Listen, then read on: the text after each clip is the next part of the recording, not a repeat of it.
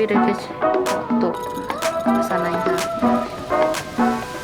Yan, hita mo.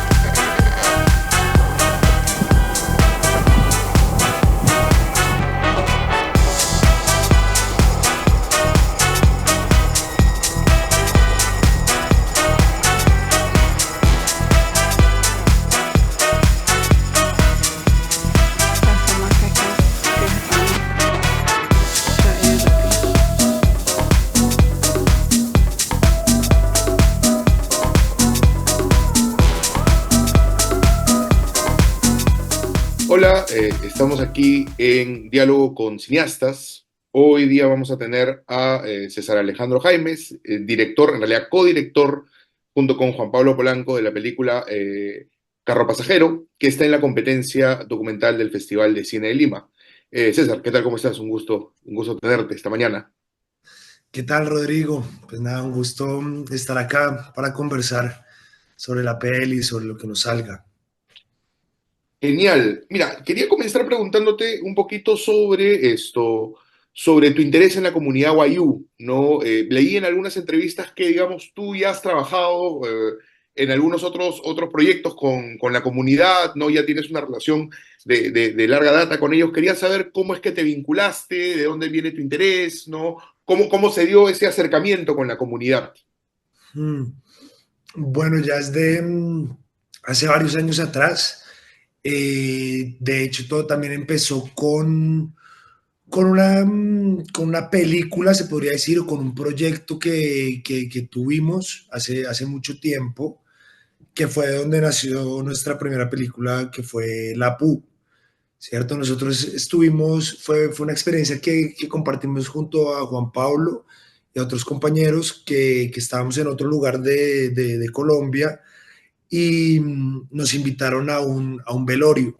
Era exactamente en San Basilio de Palenque y nos invitaron a un velorio que se llama, pues, es el Lumbalú, que es un tipo de velorio que es un novenario, pero ese novenario es alrededor de la música y tiene todas unas particularidades que nosotros nunca habíamos visto, o sea, nosotros nunca habíamos estado en un tipo de rito fúnebre distinto al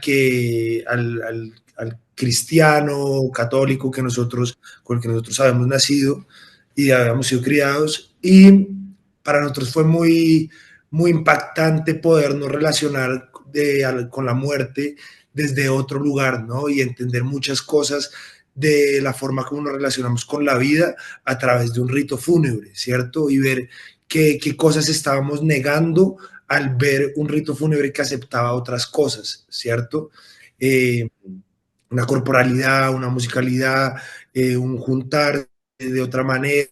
Entonces, desde esa primera experiencia pues, que tuvimos, ese ver algo que nosotros hacíamos, pero verlo de manera distinta, nos quedó ahí una pulsión de querer ahondar un poco más en eso y buscar qué otro tipos de velorios fúnebres, de ritos fúnebres, perdón, había alrededor de Colombia, ¿cierto? Nuestro principal objetivo era como hacer una película que reuniera distintos tipos de ritos fúnebres y en la que uno se acercara a ver una misma cosa, que es el rito fúnebre, pero realizada de distintas maneras, ¿cierto? Ver a otra persona hacer algo que uno hace, pero de distintas maneras, y ver eso cómo a uno lo afectaba o lo hacía preguntarse por su manera de entender la muerte. Y Entiendo. de alguna manera llegamos fue al velorio Guayú, al segundo velorio Guayú, y vimos que era tan profundo y tan lleno pues, de materia para habitar y para entender y para aprender, que de ahí empezó pues, un largo camino que ya van alrededor de 8 años y dos películas. Y la idea de carro pasajero, ¿cómo es que se va estructurando? Porque claro, la película juega mucho, ¿no es cierto?, con el testimonio del pueblo wayuu juega también mucho con esta idea, ¿no es cierto?, del pasado, del presente, ¿no es cierto?, de lo ritual, ¿no?, que asumo tiene mucho que ver con esta idea de los velorios y que en la película la idea de la muerte está muy presente. ¿Cómo es que les va surgiendo la idea de mirar a la comunidad wayuu desde esta dimensión más bien performativa, ¿no? Que va construyendo la película? Sí, tiene que ver mucho. Yo pienso que El carro pasajero y La Pu son dos películas que de alguna manera son hermanas, de alguna manera se podrían entender como un díptico, muy similares en muchas cosas, muy distintas en otras, pero yo siento que en Carro Pasajero, frente a este tipo de narrativa o de situación performática que se genera con los participantes, con los actores, eh, es también la forma que encontramos de trabajar, que descubrimos conjuntamente de trabajar, ¿no? Fue un proceso de varios años, alrededor de 5 años, en el que íbamos nosotros con cosas que habíamos conocido en la PU, pero que empezamos a tratar de seguir explorando acá, y que también era la forma en la que los personajes se sentían cómodos de relacionarse con cosas que ya se relacionaban, pero de manera distinta, ¿cierto? Entonces hay una oralidad muy fuerte.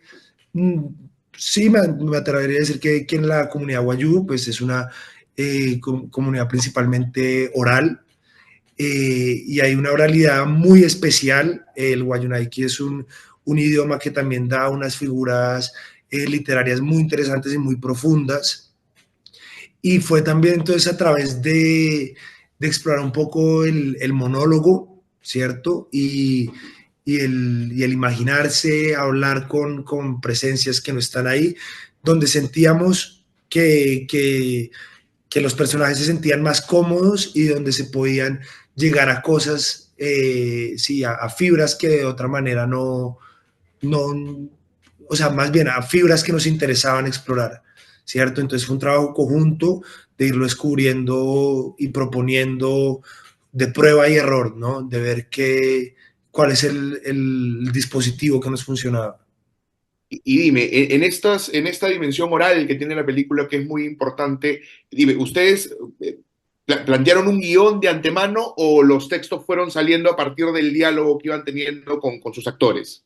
Sí, pues a ver, lo que se dice en toda la película no es nada escrito, ¿cierto? O sea, es improvisación de cada uno de los personajes en su momento.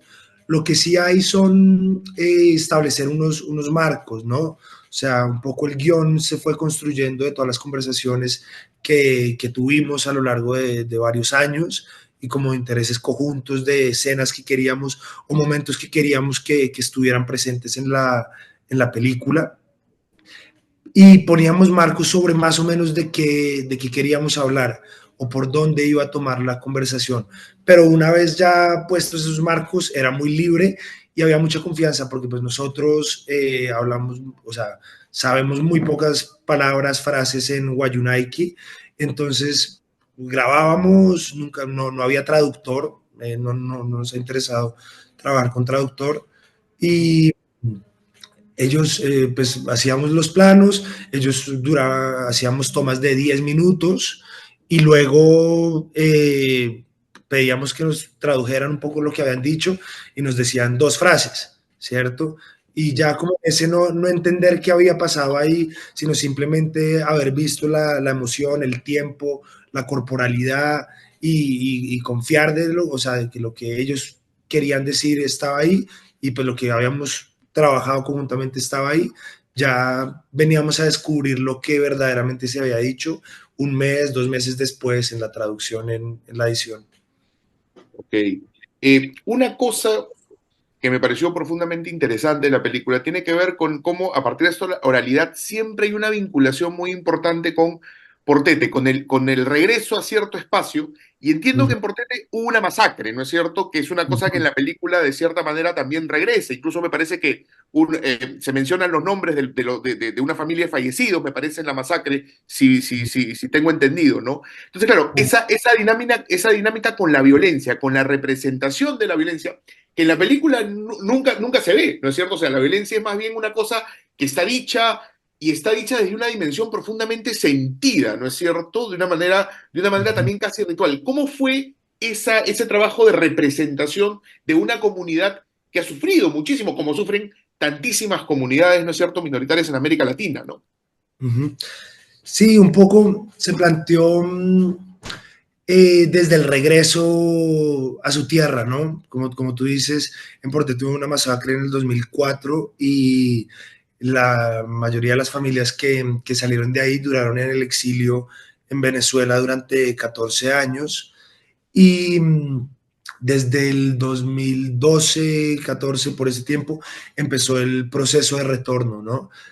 Nosotros estuvimos ya un poco más adelantado ese proceso de retorno.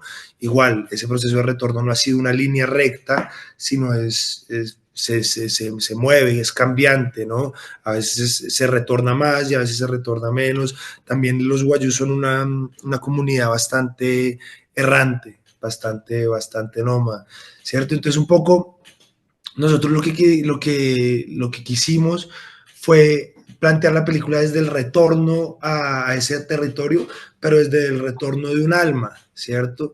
Y es un poco porque sale de un viaje que nos invitaron, que era traer uno de los familiares que había muerto en el exilio, pero que regresaba ya después no pudo volver a Portete cuando estaba el conflicto, pero que regresó después, cuando ya pudieron hacer el retorno, regresaron sus huesos al cementerio de la familia allá, ¿cierto? Y un poco eran esas conversaciones en ese viaje que hicimos, la gente hablaba con ese difunto, ¿no? Porque se estaba retornando y era la última vez que pasaba por el desierto para volver a La Guajira, a su tierra, a Portete, a quedar ahí. Entonces un poco planteamos eso, pero desde una de las mujeres de la familia, y un poco se planteaba desde las conversaciones, ¿no? Si yo estoy volviendo a mi tierra después de muerto, y me empiezo a encontrar con mis familiares vivos y con mis otros familiares difuntos, ¿qué me pueden decir sobre el lugar hacia donde voy, ¿no? Y pues nosotros no queríamos que fuera enteramente una película sobre la masacre o que hablara directamente sobre eso o explicara qué fue lo que había pasado ahí, sino que fuera una película en últimas sobre la familia, ¿no? Sobre la familia y sobre la tierra y cómo se sienten, pero pues ahí pasó eso que es innegable y es algo que sale a la luz, ¿no? Para nosotros es muy importante, o pues fue muy importante en el proceso, eh, entender lo difuso que ha sido el conflicto, ¿no? Yo siento que la película también propone un tiempo que por momentos es difícil habitar, es extraño habitar, en el que uno no está seguro de las cosas que están pasando, y también es un poco hacia ese sentimiento, hacia el conflicto, ¿no? De nunca verdaderamente poder entender qué es lo que hay detrás de eso, nunca entender una verdad del todo, ¿cierto? Entiendo. Hay dos cosas, digamos, dentro de las decisiones estéticas de la película que me parecieron muy logradas. Por un lado, el trabajo con la iluminación, ¿no? Que le da a la película, creo yo, un tono elegiaco, fantasmal, incluso en momentos más alegres. Por ejemplo, el momento del baile, el momento de la fiesta, ¿no? Que está filmado con claroscuros muy marcados. Y otra cosa que me pareció muy interesante es el interés que tienen en los primeros planos de los rostros, de las manos, que ¿sabes qué sensación me dio? Como que si en esa materialidad de la piel estuviera escrita también la historia de ese pueblo, ¿no? No sé, me voy a saber un poquito de esas dos dimensiones. Sí, total. Yo creo que, o sea, y es muy fuerte como el paisaje, pues para nosotros fue como muy importante, como el paisaje es un cuerpo, ¿cierto? Que tiene de las cicatrices de la historia de ese territorio, y también como ese cuerpo, a la inversa, como ese cuerpo es el territorio en el que también se ha habitado, ¿no? Mm, es muy fuerte porque en La Guajira la tierra es el centro de todo, ¿no? De la familia, de las generaciones y generaciones de familia. Ese es el lugar, por eso Portete, por eso el desplazamiento en La Guajira fue tan fuerte, ¿no? Porque es una comunidad que se construye a través de la tierra, del cementerio también, que está en la tierra. O sea, mi tierra, de donde yo soy, de donde es mi familia, es de donde está el cementerio, ¿cierto? Entonces hay una similitud ahí entre yo quién soy y quién es mi tierra, ¿no? Y cómo todas esas huellas están ahí sembradas, tanto las del territorio como las de las personas, ¿cierto? Entonces nos interesaba mucho ese diálogo entre, sí, lo podríamos llamar las huellas, las cicatrices, las marcas de las personas que están ahí y también las huellas de ese territorio, ¿cierto? Mm, por ese lado yo creo que también había una búsqueda con lo táctil, ¿cierto? Con sentir, sí, con otro tipo de sentidos, de sentir la tierra, de sentir las manos de la tía, de la abuela, como de reconocerse, no solo viendo, sino tocando y dejándose tocar también por el viento, que también siento que es otro elemento importante, que es como ese viento toca las presencias que están ahí, ¿no? O son las presencias más bien, ¿cierto? Como nos dejamos tocar por Tete es una región en la que hay mucho viento, es en la península de La Guajira, está en una bahía, pero ahí pasa mucho viento, o sea, es constante, y, de alguna manera uno se siente y uno lo siente allá, es una presencia, ¿no? Es alguien que lo deja hablar a uno cuando no está, pero cuando pasa lo hace a uno tomar silencio para escucharlo y para sentirlo, ¿no? Entonces, sí, creo que nos interesaba mucho como hacer ese símil de cuerpo, paisaje o paisaje presencia y sí, y un poco pues también tocados por la sensibilidad de Josefa, que es una de las personajes que, que es la que habla con el desierto, en esa escena larga que empieza a hablar con el desierto, y ella yo creo que nos influenció mucho en la sensibilidad que maneja, ¿no? Y en el contacto con ese territorio y cómo entiende ese territorio estando vivo, y no estando vivo como ser vivo, como alguien con el que se puede comunicar y de una manera concreta. Entiendo. Y el trabajo con la iluminación, porque además leí en una entrevista de que, claro, de que había toda una propuesta estética muy clara a partir de la iluminación, pero que también esa propuesta estética tenía que ver con el hecho de que, digamos, es conveniente en la zona donde se filmó no llevar tanto equipos muy pesados de iluminación que Uh -huh. de cierta manera también llevaban un poquito a poder realizar esa propuesta estética. Uh -huh. Sí, el equipo yo siento que fue más bien pequeño. Éramos, pues así como desde lo técnico, éramos alrededor de 10 personas, ¿cierto? No mucho más. 10 personas, en el departamento de fotografía eran 3 personas.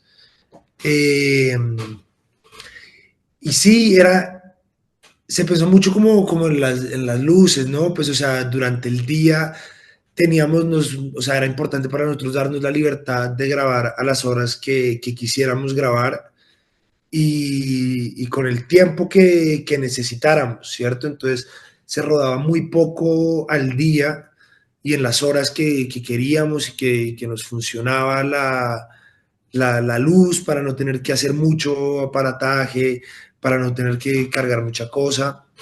Y en la noche también tratábamos de hacer los esquemas lo más sencillo posible, ¿no? Pues igual es Portete queda a 3, 4 horas, depende de la carretera, por trocha del centro urbano más cercano, ¿cierto?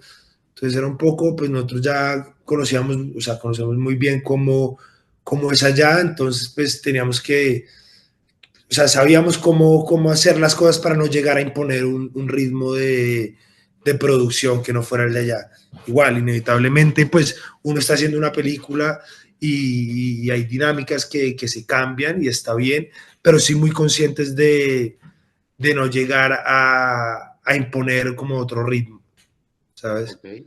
¿Y cómo fue la división del trabajo con Juan Pablo? Porque muchas veces, a veces conversando con ciertas personas que codirigen, hay divisiones muy claras, ¿no? Alguien, por ejemplo, se encarga de la visión, de la cuestión más estética, otros se encargan del trabajo con los actores. ¿Ustedes cómo se dividieron el trabajo o todo fue muy consensuado, todo fue muy hablado, todo fue muy Sí, mitad a mitad?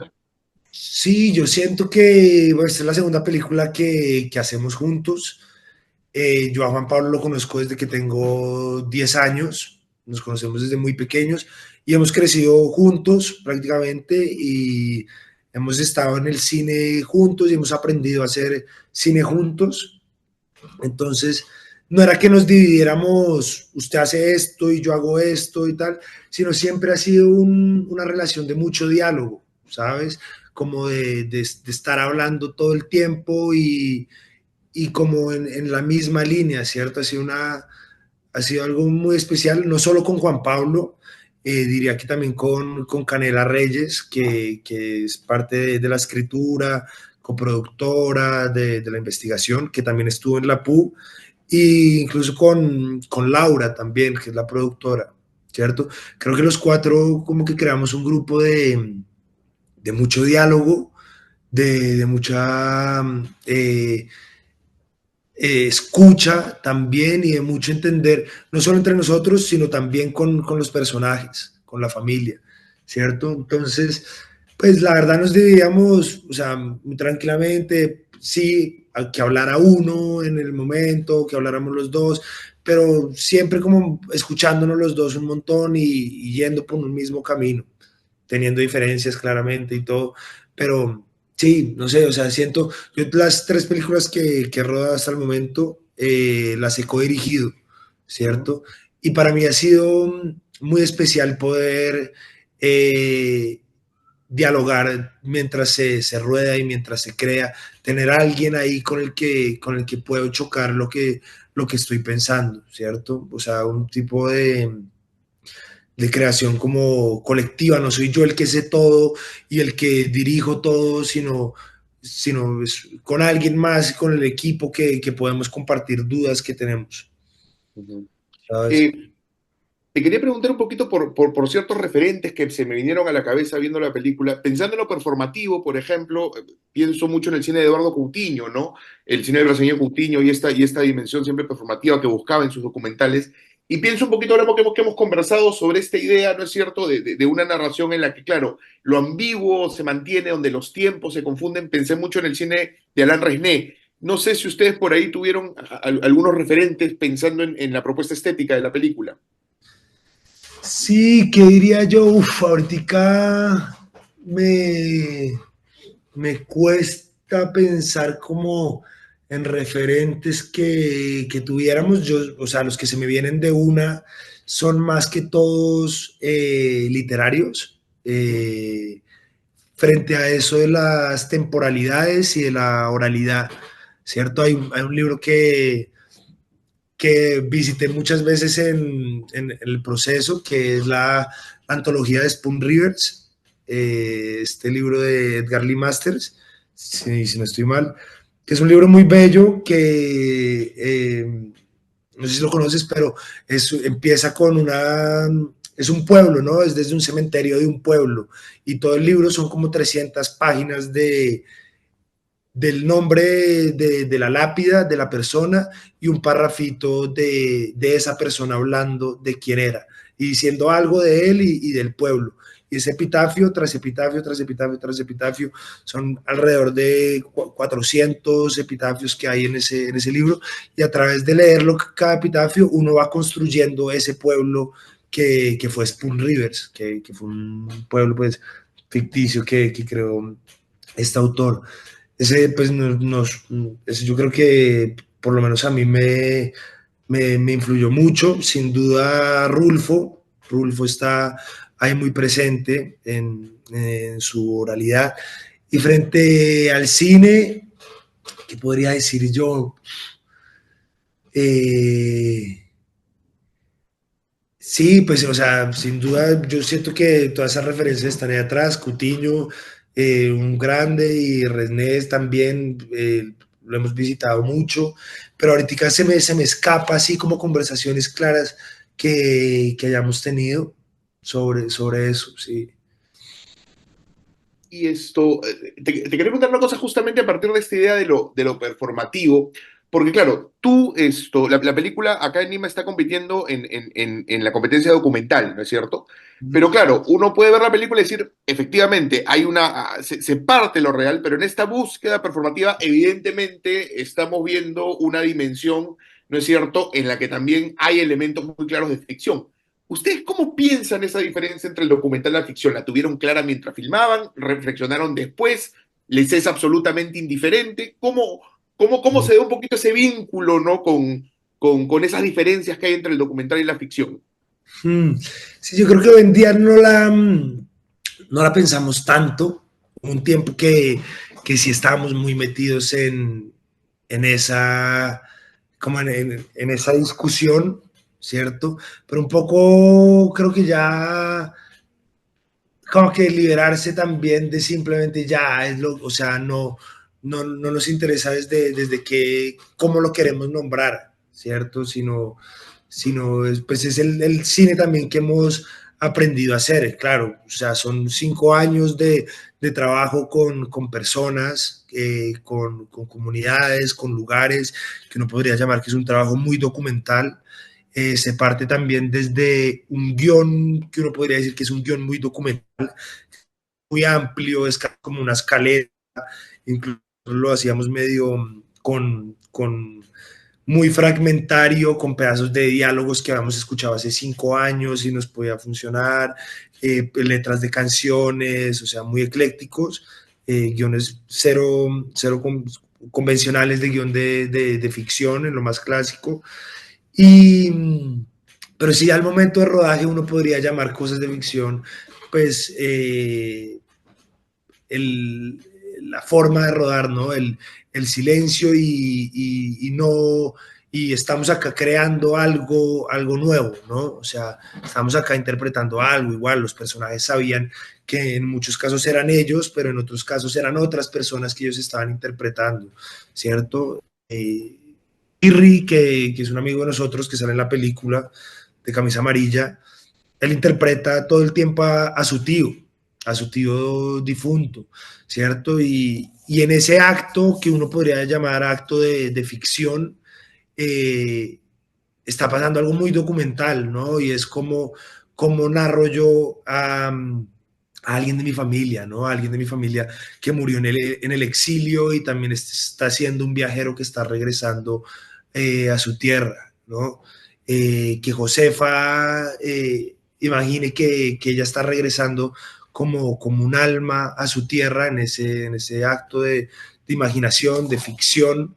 Están saliendo a la luz cosas profundamente documentales y reales que de otra forma no podríamos llegar.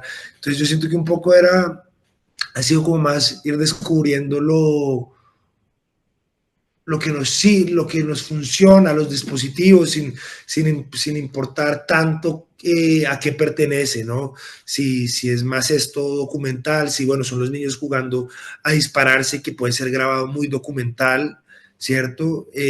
Simplemente ellos pueden salir a jugar y grabar eso, o vamos a hacer esto más performativo, que es Josefa hablando con el desierto y caminando con el desierto y hablando con el desierto, o los familiares hablando con las ruinas, o algo más de ficción que podría ser una conversación entre dos personajes previamente ya cuadrada. O sea, es cierto, ¿sabes? Como que siento que esas barreras me interesa que se difuminen, que se borren, ¿cierto? Como no, como abrirse a poderse nutrir de todo, ¿sabes? Y no negarnos a posibilidades que nos lleven, a dispositivos que nos lleven a lo que queremos explorar, ¿cierto? Estaba pensando un poco en la comunidad wayuu y en otras representaciones, ¿no? Por ejemplo, ustedes, la carga de la importancia de la violencia está muy presente en la oralidad. Pienso en la película Pájaros de Verano de Cristina Gallego y Ciro Guerra, ¿no es cierto?, donde muestra cómo la comunidad wayuu se vio profundamente afectada por el narcotráfico. Tú me comentas que ha habido un trabajo de tiempo, ¿no es cierto?, acercándose a la comunidad. Y un poco lo que quería preguntarte es, ¿cómo, digamos, siendo alguien externo a la comunidad, cómo acercarse a ella? ¿Cuáles son un poquito las dimensiones éticas, las dimensiones de trabajo que implica, de cierta manera, acercarse y representar una comunidad esto, tan compleja y además que sufre tanto, que puede estar tan precaria como tantas comunidades, ¿no es cierto?, en América Latina. Ajá. Sí, eso, o sea, sin duda es todo un tema. Ha sido, pues en nuestro caso, ha sido, a ver, una de las cosas que a mí más me ha llenado de hacer películas es poder crear relaciones humanas, ¿no? Y que vayan mucho más allá de las películas, ¿cierto? Eso ha sido como lo más importante y han sido relaciones muy intensas, ¿no? Que de varios años, de mucho compartir, de mucho contacto, y que aún después de la película misma quedan, ¿no? Quedan, espero yo, para la vida y eso es como por encima de todo, como tener la conciencia del otro, ¿no? Y de esa relación humana que se está creando ahí, la responsabilidad de amistad, o sea, a lo largo, las películas que hemos hecho nos han dejado o sea, son amistades o familia, por decirlo de otra manera, que quedan más allá de la película, ¿no?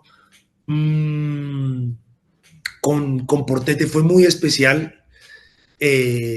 Bueno, para hablar un poco de antes con la PU, también se crearon muchas relaciones, también fue como un primer encuentro a eso, y se crearon amistades que hoy en día siguen y que siento que durarán para toda la vida.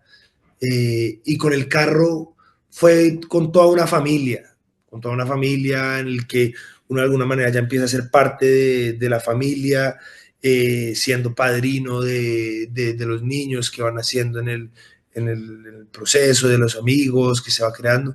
Entonces, sí, siento que, no sé, a diferencia de otras películas que no sé muy bien cómo serán los procesos, pero porque tal vez está esa relación ahí por la película y se hace la película y se termina y fue ese personaje. Siento que para nosotros lo más importante también ha sido como mantener ese respeto a la relación que se crea, porque a la larga siento que compartir el hacer una película es compartir cosas muy profundas de cada uno, o sea, lo que compartió Josefa, la negrita, todos los personajes de la película en el proceso de hacerla es abrirse, o sea, es lo que las grandes amistades tienen, ¿no? Por eso siento que yo el cine solo lo puedo hacer con amigos, ¿cierto? Con personas con las que me puedo abrir de otra manera en la, en la que solo con amistades uno se puede abrir, ¿no? Sí, sí hay, o sea, hay mucho por hablar ahí también. Entiendo. Quiero cerrar la entrevista con una última pregunta, en realidad sacándote un poquito de la película. Uh-huh. Eh, Claramente no, Carro Pasajero es una película que nos permite ver de una manera muy interesante, ¿no es cierto? A una comunidad, como ya lo he dicho, ¿no es cierto?, que ha sido profundamente violentada, profundamente marginada, ¿no? Y claro, yo me pongo a pensar un poco cómo en el Perú uno de los grandes fenómenos de los últimos años tiene que ver con un despegue de las películas que se hacen fuera de Lima gracias a los fondos públicos, ¿no? Y asumo que en Colombia también, por lo que entiendo, la importancia de Proimágenes Colombia, en fin, y de los fondos públicos ha sido muy importante para que distintas películas, entre ellas Carro Pasajero, se puedan hacer. Quería preguntarte un poquito justamente cuál consideras tú que ha sido la importancia de los fondos públicos y de la presencia de un Estado más fuerte en cuanto a lo audiovisual, teniendo en cuenta sobre todo que estamos pasando por una época en la que uno ve lo que está pasando en Argentina, uno ve también lo que está pasando en el Perú, donde ahorita nuestra ley está de cierta manera amenazada. Y nada, te quería pedir una reflexión sobre eso, ¿no? Sobre la importancia de los fondos públicos para poder representar justamente historias que probablemente no, sería muy difícil de representarlas si no fuera por eso, ¿no? Sí, sí, no, total. O sea, esa es la única forma, o sea, ha sido la posibilidad por la que hemos podido hacer nuestro cine. eh, o sea, es clave, o sea, uno ve las cifras de las películas que se hacían hace 20 años acá en Colombia y las que se están haciendo ahora, o sea, es cambio drástico de cómo, o por lo menos acá Proimágenes con el FS ha podido dar un montón de nuevas narrativas, de voces, de explorar, de poderse contar y que es un proceso que es muy largo, ¿no? Yo siento que le falta mucho y que están pasando muchos cambios. También se está descentralizando en un país tan centralizado como Colombia. Entonces es muy, muy, muy fuerte ver lo que está pasando en Argentina. Este momento, no, estoy un poco ajeno al caso de Perú, pero no, yo creo que esa es la batalla que toca dar y nosotros como cineastas también estar muy al frente de esas decisiones, ¿no? Porque es o sea, lo que podemos hacer. Y también, o sea, total a favor y en pro de esto, pero también pensando mucho últimamente cómo, cómo no solo depender de los fondos, ¿no? De los fondos nacionales. También hay algo que he sentido mucho en colegas de no puedo hacer esta película si no tengo ese fondo, ¿no? Entonces también últimamente he pensado bastante no esperar a ser aprobado por los fondos nacionales para poder hacer mis películas, sino también cómo encontrar otros medios, quizás también películas cada vez más económicas, cada vez más atadas a nuestra realidad económica para poder hacer el cine que queremos y aún así también ampliar ese tipo de mirada sobre la producción en últimas, ¿no? Sobre los modelos de producción, ¿cierto? Como también estar atado a modelos de producción muy, muy grandes, de mucho dinero, de gastar mucha plata, también es algo que es muy fuerte, ¿no? También de donde venimos y de lo que contamos. Entonces, pues, sí, hay todo un tema. Pero pues no, o sea, las tres películas que he podido hacer, las películas que se han hecho en la productora, todas han contado con el apoyo del FDC y pues es lo que nos ha permitido a nosotros desarrollar nuestro cine. Entonces, sí. Buenísimo, buenísimo, César. Oye, nada, te agradezco muchísimo por tu tiempo. Esto creo que es una conversa muy, muy rica en distintos temas. Y nada, por favor, síganos acompañándonos en los diálogos con cineastas. Que estén bien. Muchísimas gracias.